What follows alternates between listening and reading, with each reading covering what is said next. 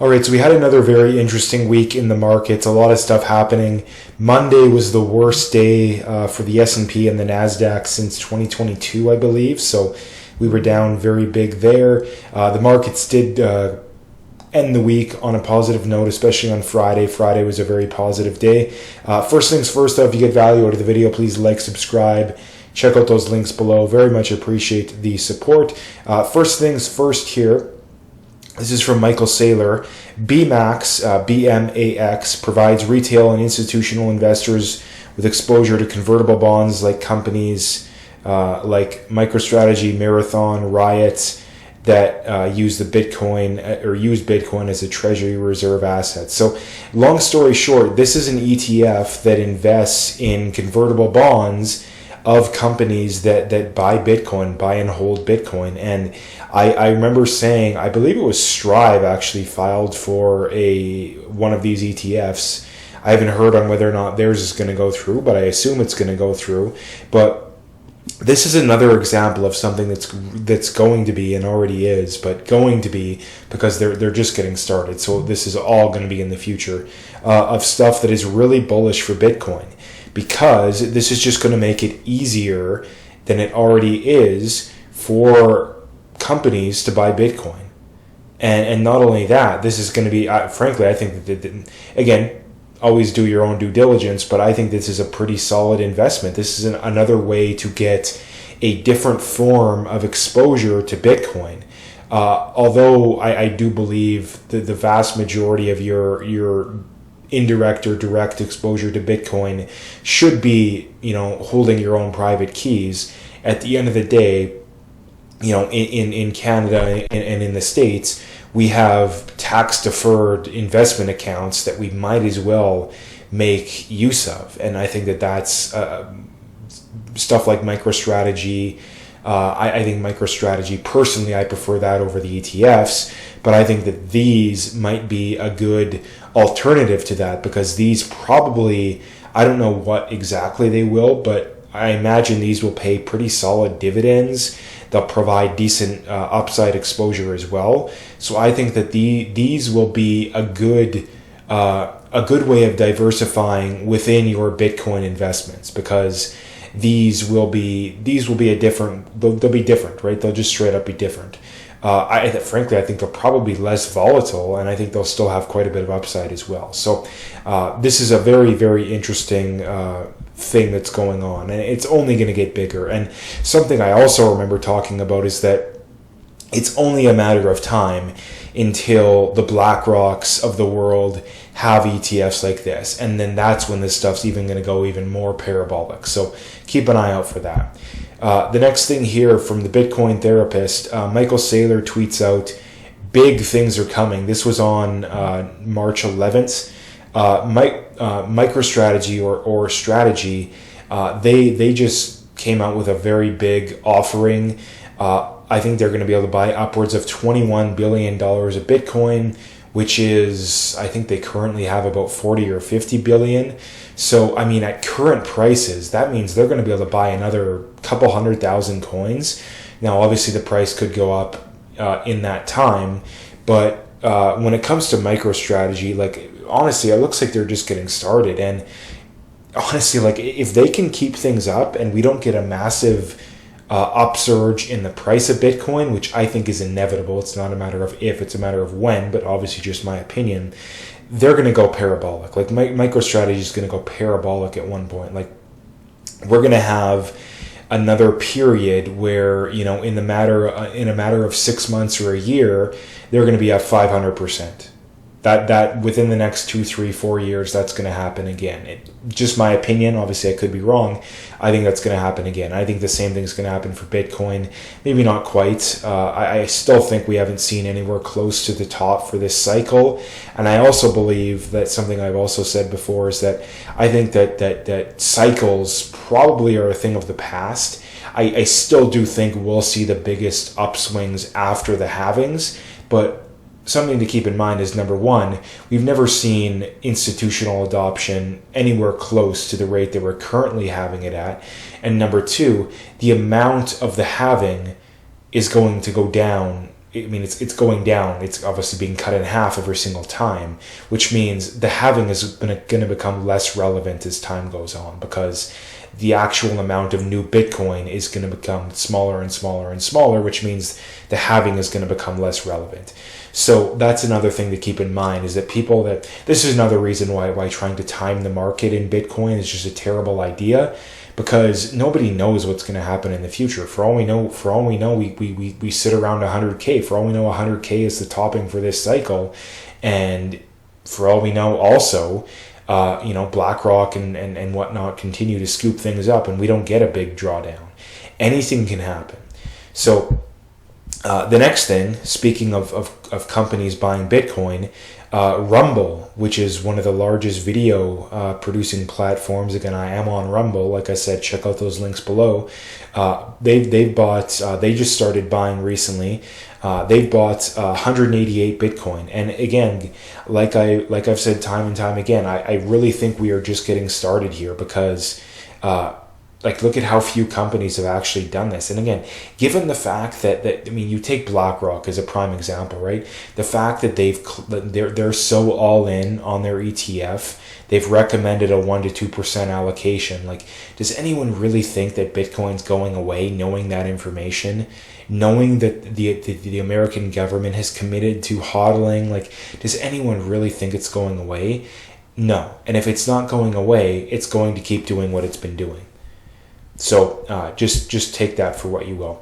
The next thing here from the Nancy Pelosi tracker on Twitter, transitioning over to the stock market here, Rep. Tim Moore, who sits on the House Budget and Financial Services Committee, has bought $300,000 of the 3X small cap ETF. He bought 4 days in a row, although totaling $300,000. This was the last week of February, so this was almost 3 weeks ago, about 2.5 weeks ago, give or take. And this is kind of interesting, and something that you really need to keep an eye on is, again, these are people that have the most information out of anyone, at least the most inside information out of anyone. And when you're looking at leveraged ETFs, typically professional traders, now again, I have no idea what this guy's thoughts are. For all we know, he could be wrong. But when it comes to leverage ETFs, those aren't things you buy and hold for a decade or even years. Typically, leverage ETFs are things you buy or you trade for maybe 1 or 2, 3 months, maybe 6 months at the most. At least that's typically what your professionals will do. Obviously, sometimes that is not how people do it, but typically when it comes to levered ETFs, they're not things you buy and hold for a very long period of time, more than 6 months or a year. So this implies that he's expecting a pretty big upswing in the markets. Now, he specifically chose the small caps. Typically, that would probably mean that they're expecting, number one, the first thing that comes to mind for me at least, I'm no expert, but I think that probably, number one, implies that they're expecting rate cuts, because higher rates are typically hardest on the small cap companies because they're the ones that are most dependent upon borrowing to get by. So number one, that makes me think that we're expecting rate cuts. And another quick caveat there is that when Trump took office, there was a 4% chance that we would see a rate cut in the first half of the year. Now we're up to about a 50% chance. So and not to mention too, the more the markets stay like this, the more that's going to go up. So at least as far as I can tell, it's more likely than not that we see a rate cut in the next couple meetings. By June or July, it's looking like we're going to see rate cuts, which at the start of the year, that was extremely unlikely. So definitely a big change in the markets there. But that's the first thing that means. And the other thing too is that typically coming out of a recession, it's usually the small caps that lead the way. So I think that this, long story short, this is bullish, at least as far as this guy's concerned. But again, obviously he could be wrong. He could be wrong. He could be right, but he could be wrong on the timing. So this is something that's interesting, but at the end of the day, it's not something that I would mortgage the farm on personally. Like I mentioned, as far as the stock market goes this week, it was an interesting week because growth definitely outperformed, If a lot of people are talking about, oh, the S&P's down 10%, but it has rallied about a little over 2% since then. So if you look at the SPY here, we bottomed at almost exactly 10% from the highs. We're down about 8% since then. If we look at the NASDAQ, the NASDAQ's down about 13 or 14, I believe. From the highs, 13, it's down about 11 right now. So it's since rallied. If we look at the Meg 7, the Meg 7 was actually up on the week, which is kind of surprising. The S&P was down about 1%. The NASDAQ was down about 1%. Another interesting thing here as well is if you look at this here, the Meg 7 was, if you look at the highs from the NASDAQ and from the S&P, those were back in February. But if you look at the highs from the Meg 7, those were back in January. So this is definitely a key indicator here, because even though the Meg 7 is down about 18%, I mean, they were down about 18% from the high. They're currently down about 15 or 16. The Meg 7 leads the market because they make up so much of these indexes. So this is something that you really want to watch, because typically when you notice a trend, they're typically what starts the trend. And again, like I mentioned, they were down from January to the peak in the S&P and the NASDAQ in February. The NASDAQ and the S&P were actually up slightly. They were down slightly. So that's something to keep an eye on. Like I mentioned here, they were down. They were down big on Monday. They were down about 3-4%, about 3.3. But then they actually closed the week basically flat, up slightly technically, but basically flat. So this is something to keep an eye on, in that they're going to lead the market. Last week we had a similar story, in that we had a really bad week. On Friday we had a good day. Monday of this week was really bad, and we closed out the week good. So it's going to be interesting to see what happens in the markets going forward. I still think the path of least resistance is down, but this seems to show that maybe we get a little bit of a counter trend rally up, but obviously nobody knows.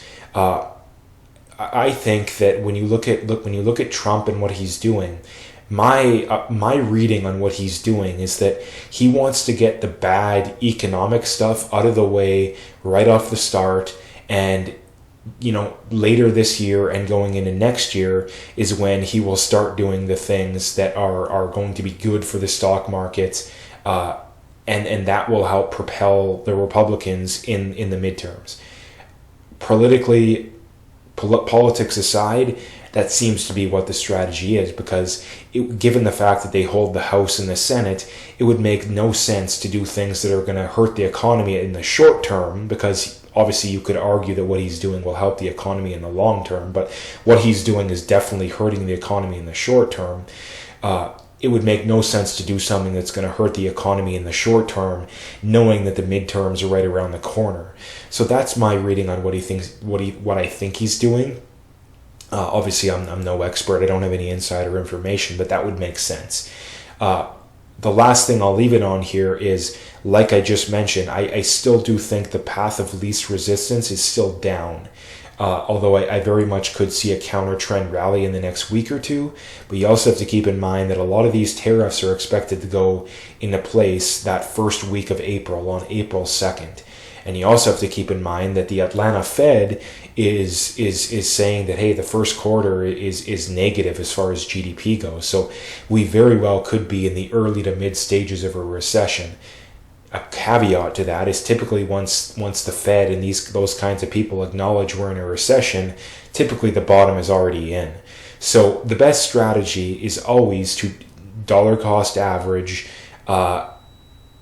ETFs, the market, if that's what you like, or if you're just a stock investor, you buy the stocks when they're cheap. You don't care about where the S&P's at. You don't care about where the NASDAQ's at.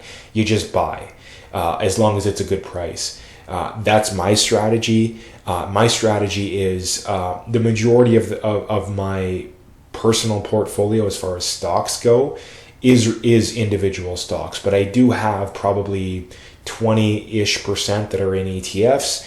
those I will always dollar cost average. If I feel like the market's clearly undervalued, I will increase the amount that I'm doing on those. But as far as the NASDAQ goes, the S&P, the mid caps, the small caps, I always just dollar cost average a certain amount, no matter where the market's at. If we were in a bear market, we're down 20-30%, I would definitely increase that amount, but we're still not there yet. We're still not there yet. And as far as stocks go, I don't care where the market's at. I buy stuff when I feel like it's a good company and it's at a good price. That's my strategy.